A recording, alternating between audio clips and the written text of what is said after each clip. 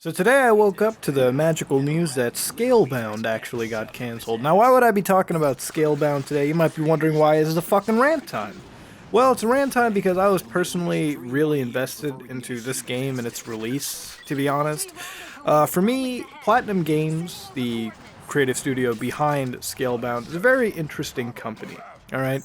For me, Platinum Games creates games, alright, for lack of a better term, video games that I used to play as a kid. You know, back in the days of the NES, SNES, things like that, PS1 even, when games really were touted for their gameplay factor. Not saying that they aren't today, but of course, if you compare video games now to video games back in the past, I think it's very easy to assume that video games now focus a lot more on narrative and story, and that's nothing bad at all. There's no negative to that whatsoever.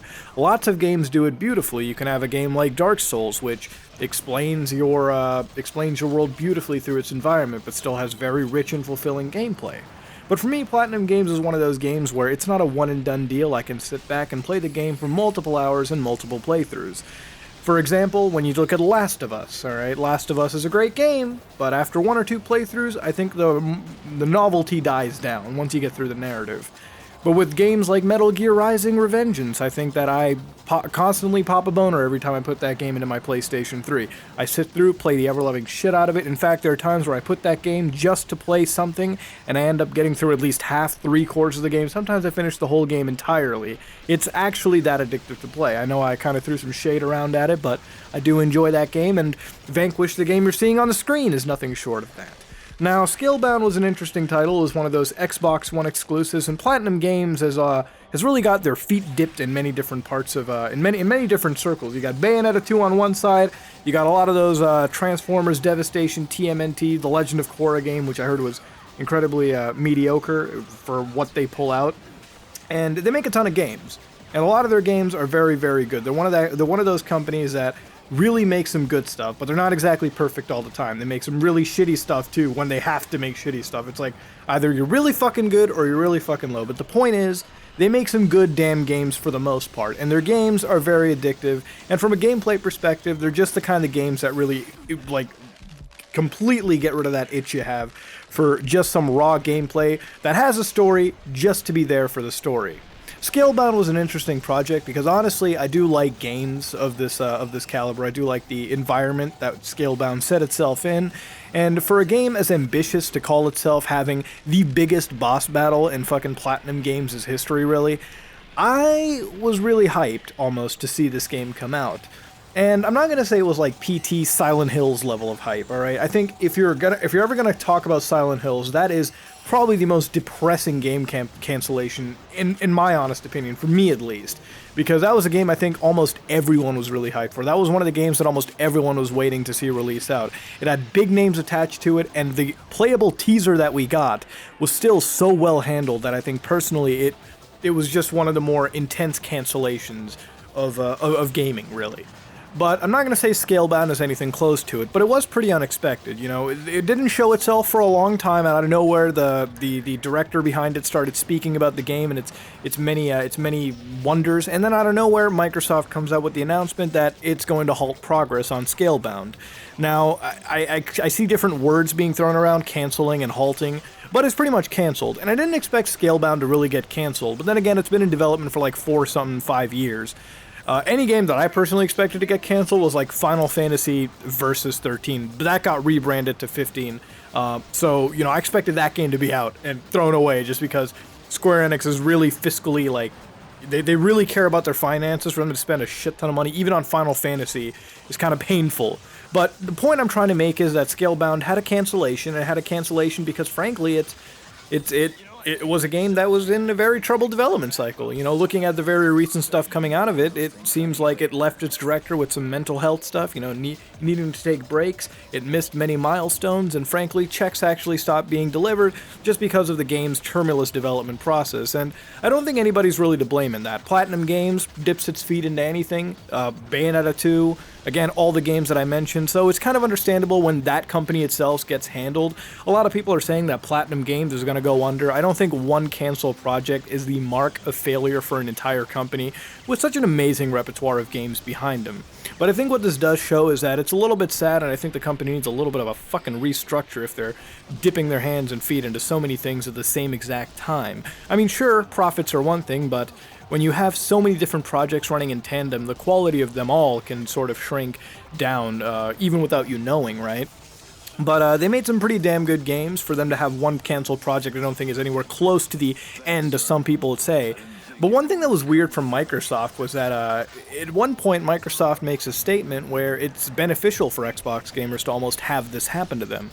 And that was a little odd. I didn't really know how that statement really made any sense. Because frankly, if you cancel games and get rid of games, it just leaves less choices for anybody to play at.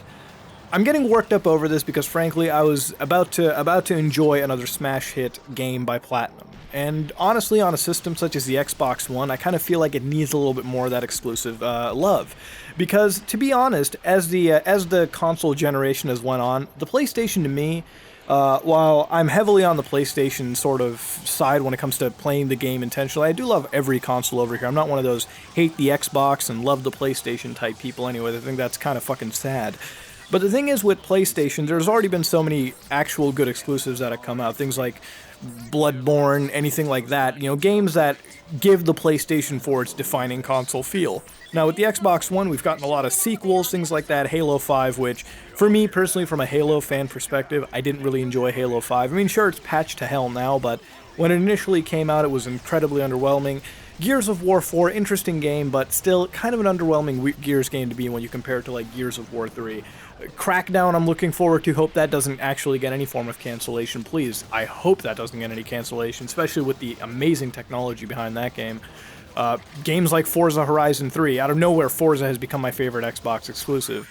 But the thing is, Xbox to me has always had lesser and lesser exclusives. I mean, now they're trying to make amends with that by really pushing out Dead Rising. They've had games like Quantum Break, which, unfortunately, Microsoft still likes to push this TV-esque media manner where even Quantum Break, which didn't really have that amazing of gameplay, was really tacked on with this expensive-looking TV show attached to it, which was an interesting concept, but it just seems kind of intense for somebody who's just there to play a game. I mean, if you have a game and then you have a 22-something minute episode at the end of every chapter, it's a little bit grating, especially when the gameplay doesn't warrant you to be playing that much. But it's not a rant about that, it's a rant about Scalebound's cancellation, and just what I personally feel from it actually being canceled.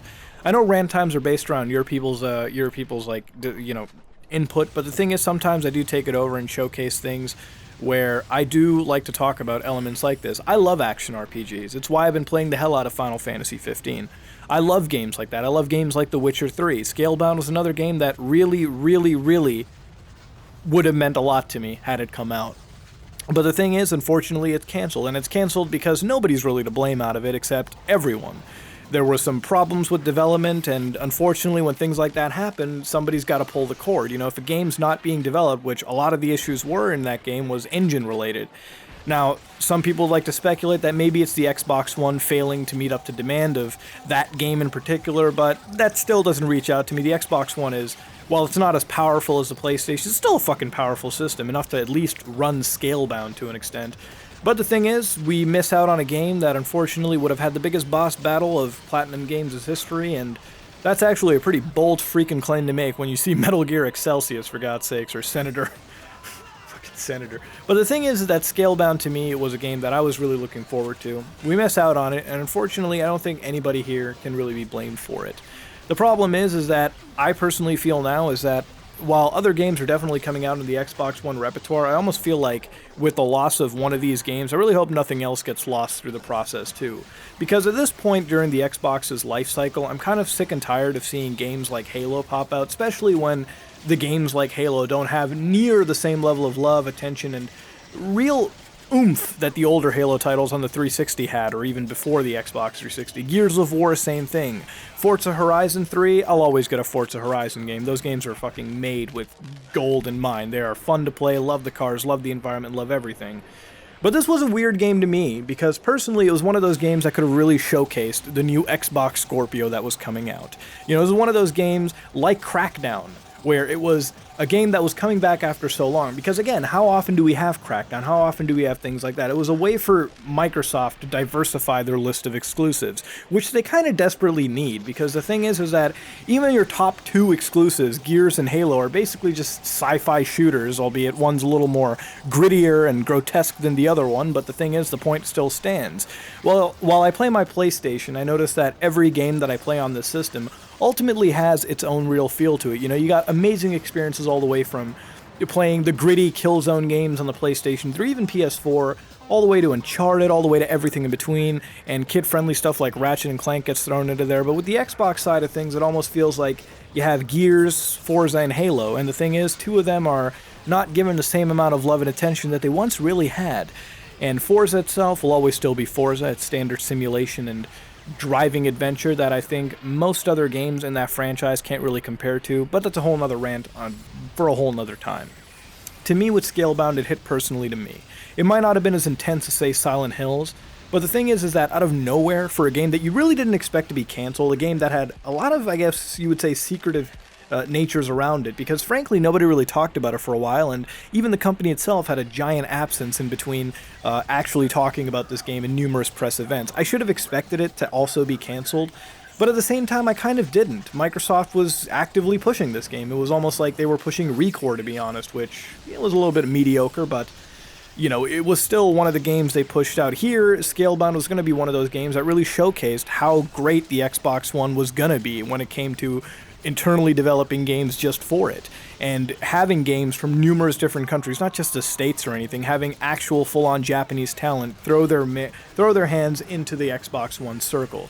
A lot of my friends, who I personally knew who don't have an Xbox One, were actually going to go out of their way to get an Xbox One for Scalebound, because frankly, games like Gears and Halo just don't really hit people as hard as they do nowadays. Halo used to be a big thing back in the day, alright? And it still is a big thing, but the only people that are really getting Halo now are people that were into that franchise to begin with, or people that are really into the hardcore shooter crowd, which unfortunately has become the most diverse crowd ever. You know, if you play a shooter game nowadays, there's so many other shooter games for you to pick from. People who play Halo have so many other options to go to: Titanfall, Battlefield, Call of Duty, whatever they want. But a game like Scalebound was going to give Microsoft a little bit of a game, a little piece of software that would only have its home on the Xbox One, possibly even PC, but it was going to give Xbox One its defining characteristic. It was, in a way, going to be the system's Bloodborne, in a way, and it might not even be close to that game's caliber, but the thing is, it would have still been something. And it would have helped a lot of people get the system over your standard fare and standard shooters like Quantum Break or fucking Call of Duty. Well, Call of Duty is multi-platform, but you get what I'm saying, right? It would have been one of those diverse titles. But alas, we lose one game and it gets canceled, and am I surprised? Yes. Am I personally disappointed? Absolutely.